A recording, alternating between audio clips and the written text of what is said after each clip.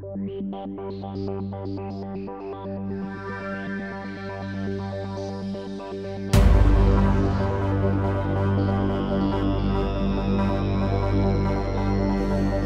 경기 델타니온의 경제초년제입니다. 오늘은 중증 피부 질환입니다. 사망률이 30% 정도 되는데요. 스티븐슨 존슨 증후군인데 왜 이러한 질환이 발생했는지 제가 셰프열 에너지 대사적인 관점에서 좀 말씀을 드리겠습니다. 일단 스티븐슨 존슨 증후군도 염증성 질환입니다. 그러니까 염증이 발생하는 과정은 똑같은데 그게 이제 내 몸에서의 열 쏠림이 어느 정도 강하게 나타나느냐 아니면 경하게 나타나느냐의 차이에 의해서 다양한 증상의 차이가 생길 수 있다는 겁니다. 일단 스티븐슨 존슨 증후군도 우리가 이제 강력한 약제를 우리가 하루 쓰고 한 달 쓰고 1년 쓰고 뭐 이렇게 장기간 쓸 수 있잖아요. 근데 그 대부분의 약제들은 세포의 기능을 억제하게 되거든요. 즉 심부 온도, 피부 온도 둘 다 낮춰버린다라는 이야기입니다. 그 약물에 의해서. 그래서 눈에 보이는 피부 온도가 낮아질 경우에는 염증이 바로 진정이 되죠. 환자분들도 다 의사분들한테 고마워할 수가 있는 겁니다. 왜? 눈에 보이는 증상이 완화되니까요. 그런데 문제는 눈에 보이지 않는 심부 온도, 뇌를 포함한 오장육부의 온도가 낮아지게 된다라는 이야기입니다.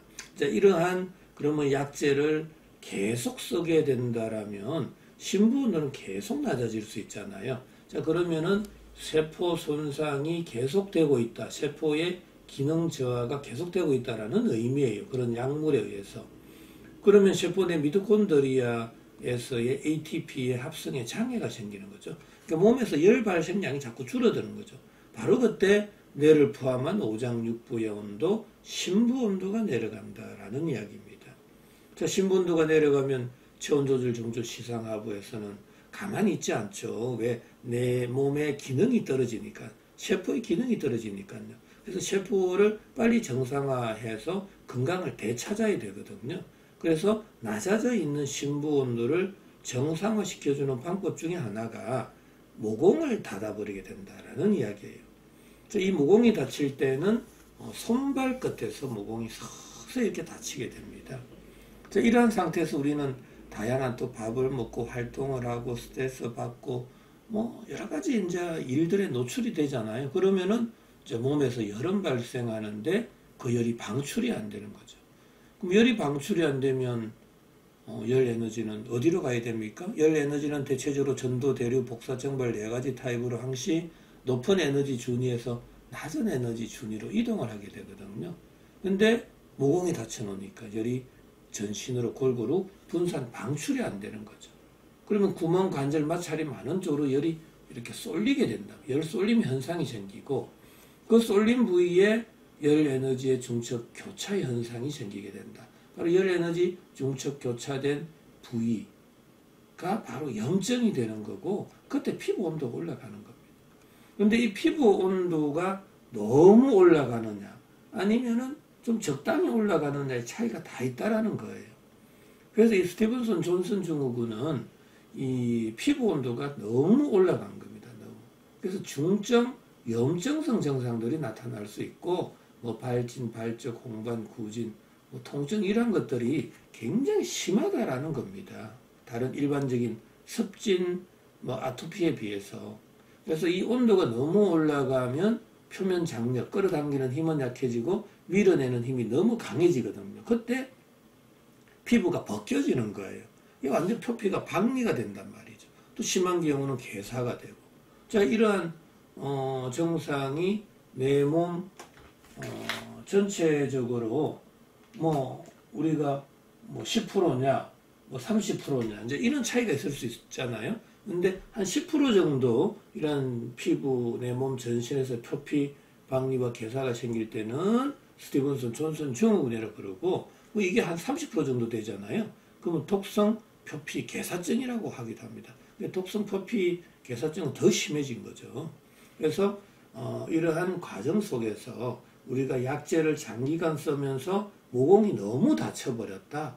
그때 열 쏠리면 너무 강해지고 표면 장력은 약해지고 억력이 강해지는 그런 과정 속에서 표피가 벗겨지고 개사가 되는 질환. 바로 그게 스티븐슨 존슨 증후군이다 이거죠.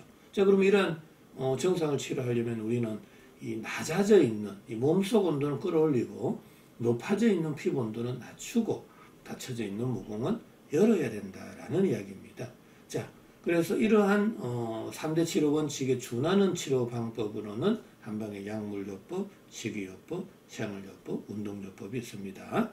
한방의 약물요법에 있어서는 심부 온도를 올려주는 온중 산안지제, 피부 온도를 내려주는 청열 해독지제, 모공을 열어주는 발한 해표 지제와 같은 약재를 처방하게 되고요. 그 대표적인 이제 처방약으로는 우리가 피레토탐, 피레토환이 있습니다.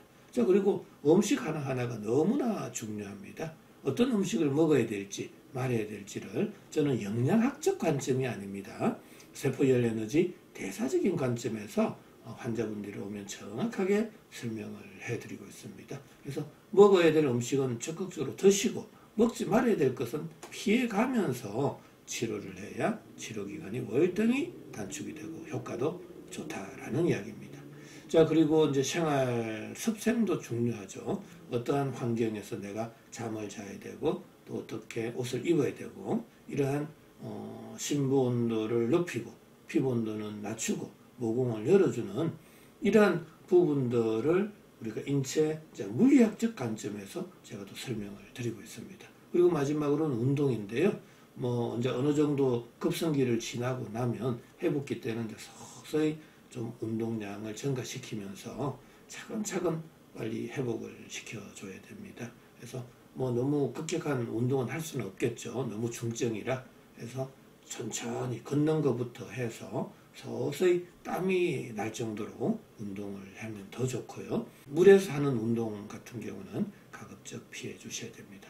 자, 아무쪼록 이 스티븐슨 존슨 증후군은 너무 중증 질환입니다. 중환자실에 들어가는 경우도 종종 많습니다. 그래서 빨리 이 급성기 때는 응급처치를 빨리 하셔야 됩니다.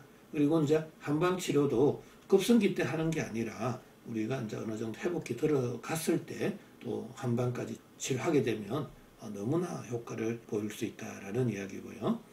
회복기 때는 우리가 이제 여러 가지 또 반흔이라든지 흉터라든지 이런 걸 없애줘야 될 거 아니에요. 그래서 뭐 레이저 치료를 하는 것이 아니라 자연스럽게 심부온도 올리고 피부온도 낮추고 모공을 열어주는 치료를 하게 되면 기존의 뭐 염증도 치료될 뿐만 아니라 흉터까지도 깔끔하게 치료될 수 있다라는 말씀입니다. 자, 오늘은 중증 피부질환, 약물의 부작용으로 인해서 대부분 생기는 스티븐슨 존슨 증후군에 대해서 설명을 드렸습니다. 자, 건강한 하루 되시기 바랍니다.